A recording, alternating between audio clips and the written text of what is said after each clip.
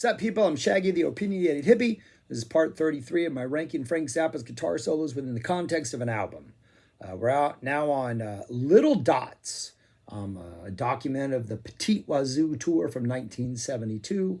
There are 6 guitar solos on here. I'm going to rank those according to how I like them. And then I'm going to show you how this album compares to the other 32 albums that I've done just based on guitar solos.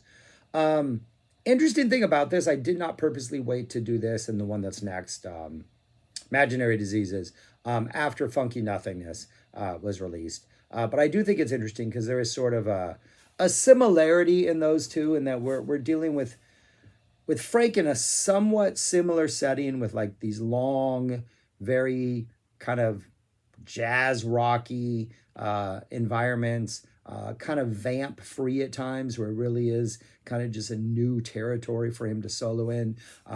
So Frank's pushing himself as a guitar player, but he's also kind of in different sort of rhythmic milieus and different sort of environments to solo in that he normally would be in, because we're improvising what's happening in the background. They're not songs that Frank knows, has a better sense of what's going to happen going into it. These are absolutely spectacular as far as like the rhythm section, delivering these really interesting vamps, or background or filling or whatever you want to call them. But I think there's a huge growth from like the Funky Nothingness solos, which I haven't yet reviewed. I'm going to probably do that next week, which I've come around to and become to appreciate a lot more than when it initially dropped. But I do think there's a huge growth in Frank's, like, just not necessarily technical abilities as a guitar player, but just his approach to the instrument, the things he's able to say, just the way he's able to construct these really kind of long ideas over time. You definitely, I think, saw a big part of that growth in like 71. Listen to that Mother 71 box set. There's a further growth here. He would continue to make a leap and then kind of have this really great sort of peak in 74, while he would still get better as a guitar player. Sort of, to me, the sort of narrative threads and ideas he was developing in 74 kind of began here. And you can feel him sort of like exploring these ideas. I think he like perfects in 74 before he starts getting much more aggressive and arena rock and heavy in like 75 and 76. Anyways, my point is these are fantastic guitar solos. So I'm going to rank them 6-1, and then at the end I'll put the list on the screen and I'll show you where it falls. But anyways, enough yakking. Let's get on with this. Trying to like write a complete like thesis on his guitar development between 70 and 72 in this thing without having thought about it before. So that's my bad. But number 6, the Cosmic Debris solo. It still sounds fresh. It's very much Cosmic Debris. It very much has like a bluesy quality to it. Frank's getting into it. It's a really good solo, very kind of raw sounding, but there's something kind of like fresh about it, maybe because this is, the first year it's being played, and so there's that freshness, and Frank feels that freshness. But it's got really good energy, really good playing. The bass playing is ridiculous on it. Absolutely awesome. Dave Parlato on bass. Absolutely bringing it and taking this to a whole other level, as he would for the entire show. Same with Jim Gordon on drums. Absolutely amazing rhythm section. But yeah, really good solo. It is a Cosmic Debris solo, so it's limited by that. But it's a good kickoff to the album, and it's a really good opening solo. Don't think quite maybe as like awesome as some of those longer 74 ones. Of course, that's what I would think, but it's a really good start to this album, and it's a really good solo. Happens to be the first track on the album. The second, my number 5 on here, would be the Little Dots Part 2 solo, which is kind of like Little Dots is in 2 parts. Frank's solos in the first part, after Parlato and Gordon get a chance to kind of go at it and play like the composed theme and then do all this other stuff. And then in the second part, there's this jam where people solo. And at some point, the whole band just gets this really awesome groove going.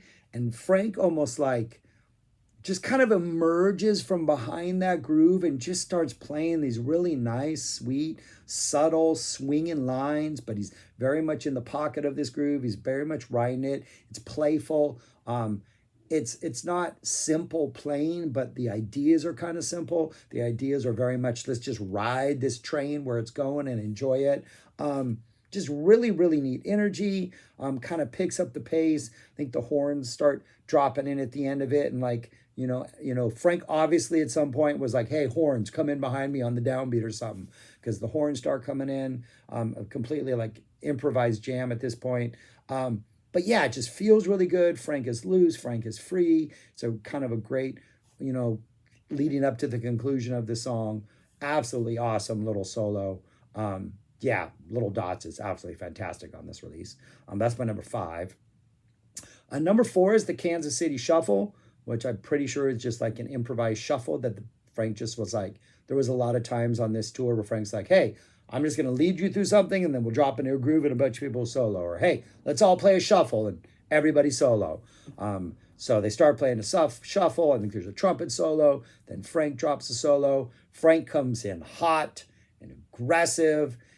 It kind of almost, once the solo kind of gets established and we get going, it kind of reminds me of sort of like a Cosmic Debris on steroids. It's very much like, and just riding a pretty straightforward groove. Frank's just shredding as Frank shreds.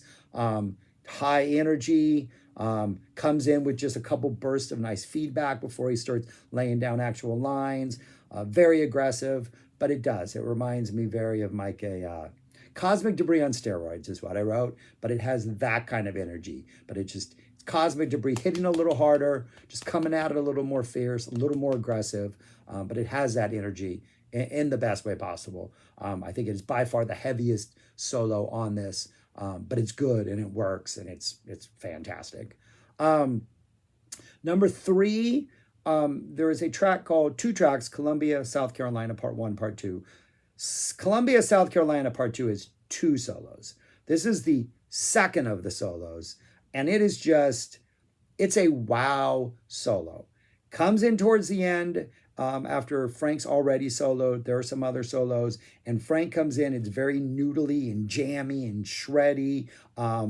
It's like immediately escalates in speed, and like the bass player is playing super fast. Frank is just playing as fast as he could. The drummer starts playing as fast as he could. It just becomes this little like whirlwind of notes at one point where it's just like spinning and spinning and spinning. And it's getting like crazier and crazier and crazier before it kind of like it sounds like the entire band is just in this whirlwind before that kind of reaches a peak and we ease back down into like the vamp. But it is like a hold on to, like, buckle your seatbelts and hold on, because we got this really intense burst of like acceleration in playing that is absolutely fantastic.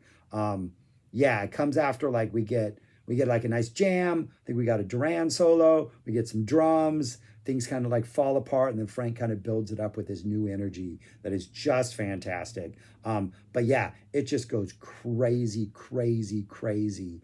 And it's just one of the more exhilarating, like early in Frank's playing, just moments where the entire band is just like this whirling dervish energy that is just like takes your breath away. Number 2, I actually have number 2 and number 1. I give them the same very, very high numerical rating. I think they're both great, but number 1 is going to get the nod as number 1 because of the vamp over which it's played. So number 2 is Little Dots Part 1. This is also a lot like Little Dots Part 2, where I think Gordon and Parletta were kind of going at it for a while.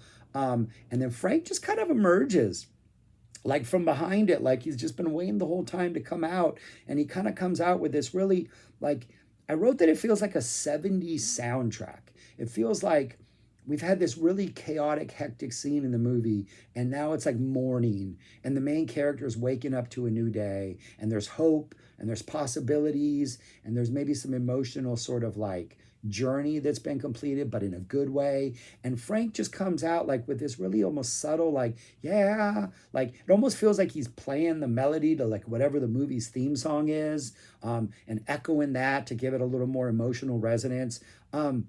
Like I wrote, it's beautiful and it's emotional and it feels just like a new day has dawned. And it doesn't ever get really, really crazy or intense. It has this very like flowing energy about it the whole time, a very free energy about it the whole time. As we get towards the end, Frank does start doing a little bit of like some crazy fingers, Jerry Garcia dead action, where we get kind of some like elliptical like phrasing that kind of goes around, but it's not like the elliptical pedal to the metal intensity of that Columbia solo I just talked about. It's more of a free dancing, like celebratory ellipticalness of like, a really positive feeling crazy fingers. Yeah, it's just an absolutely magical solo. And like this, the Columbia one, even that first little dots one, there's just something about these that I don't feel like, maybe in some Dupree's Paradises in like 73 and 74, Frank returns to some kind of the same sort of like vibe and feeling that a lot of these have. But I think there's something really special about a lot of these solos that find Frank just in a particular mindset that maybe he wouldn't revisit all the time in his guitar playing. But this one is a fantastic solo. And I went back and forth on whether this should be number 2 and number 1. But I just re-listened to both. And the vamp, the groove, the rhythm, the whatever they're playing over in Columbia, South Carolina, part 2, the first solo, it sounds like they're about to go into the James Bond 007 theme. Like that part where it's like, dun, that part before we go into the dun, that the actual like melody of the theme, that slow build-up part. It sounds like we're about to drop into that. And that little vibe, that little like James Bond spy theme vibe, just kind of down here, just kind of being kind of sneaky. Frank solos over that. Never gets too intense. They never really veer away from that. We don't go crazy or anything. Frank just kind of dances and sneaks around that little thing for like about 4 or 5 minutes. It's just an absolutely, it takes his time. Like it does get a little bit intense and then we drop down towards the end.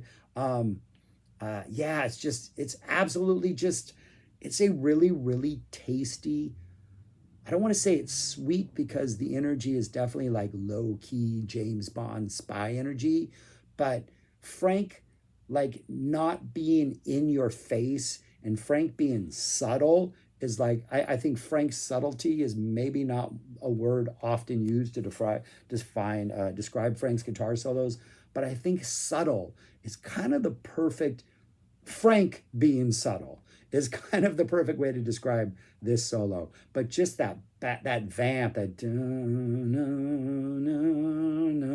you're expected at any point to go da-na, da-na-na. Never does that. We never go into that like James Bond thing. But like it just feels like we're flirting with it. And it is absolutely a great vibe. It feels incredible. And Frank to just kind of like stay in the shadows, and be James Bond for like 4 or 5 minutes, or be, a 00 agent of some sort. That's the vibe I take away from this. And the little dots would flirt with vamps. I'm not little dots. The Petit Wazoo had a lot of these type of amps. So like these Middle Eastern, slightly mysterious, somewhat low-key vamps that they return to quite often. Frank obviously was a fan of, but I think this might be the best of all of them that I've heard, because it just is special. But yeah, that's what I think about those 6 solos. Right there they are in written form. Just absolutely fantastic. Even that Cosmic Debris one is so good as far as Cosmic Debris solo is good. So I think Frank is just in a great place. The rhythm section on this release is fantastic. Anytime the horns come in the background to add any flavor, just lifts everything to a whole new level. Absolutely fantastic. And where would I drop this release as compared to all other releases with regards to Frank Zappa guitar solos? It's a top 10. It's a number 5.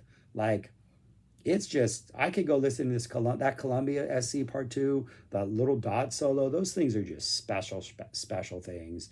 And they rank up there with some of Frank's all-time best. Like, it jumps ahead of Shake Your Booty at 6, because Shake Your Booty at 6 is that City of Tiny Lights solo, which is just kind of a complete waste of time. So that drops its overall average down a little bit. And the Cosmic Debris on this is worth hearing.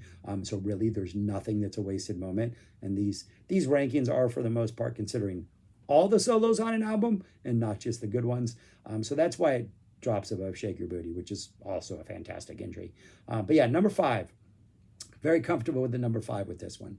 But yeah, well, that's all I got for this. If you have not heard this, yeah, the sound quality is not the best. And I think the opening Cosmic Debris might be the roughest sound quality. Either things just sound better after this for some reason, or I'm just used to it after this, so it doesn't bother me. But if you could ignore maybe some B plus, I mean, it's still an official release. It's not horrible, but it definitely is not as good as like any of the Halloween releases, which sound pristine, or most of Frank's stuff. But the guitar playing on this, it's just, it's sublime at times, it's subtle at times, it's beautiful at times, it's emotional at times. And those are words you don't always use when describing Frank's guitar playing. And this is just a great sort of level, a great stop, a great little detour in his evolution throughout the years and his styles and playing and what he's bringing to the 6 strings. Yeah, fantastic release. But anyways, thanks for watching. Let me know your thoughts on these solos, which ones you have your favorite, what you think of this album. If you want to hear more about the album, I have a review elsewhere on this channel. I think it ranked as, it's either number 11 or number 12 or 13. It was right out of the top 10. It's been bumped back since then because of all the couple new releases, which have dropped in the top 10. But it is a fantastic release. But anyways, that's all I got. Thanks for watching. Subscribe, like, share, comment, and go listen to the Columbia SC Part 2. That thing is just magical, people. Then go listen to Little Dots Part 1, because that's also magical. And then listen to the entire album, because the entire album's great. But that's all I got. Peace. Talk to you later.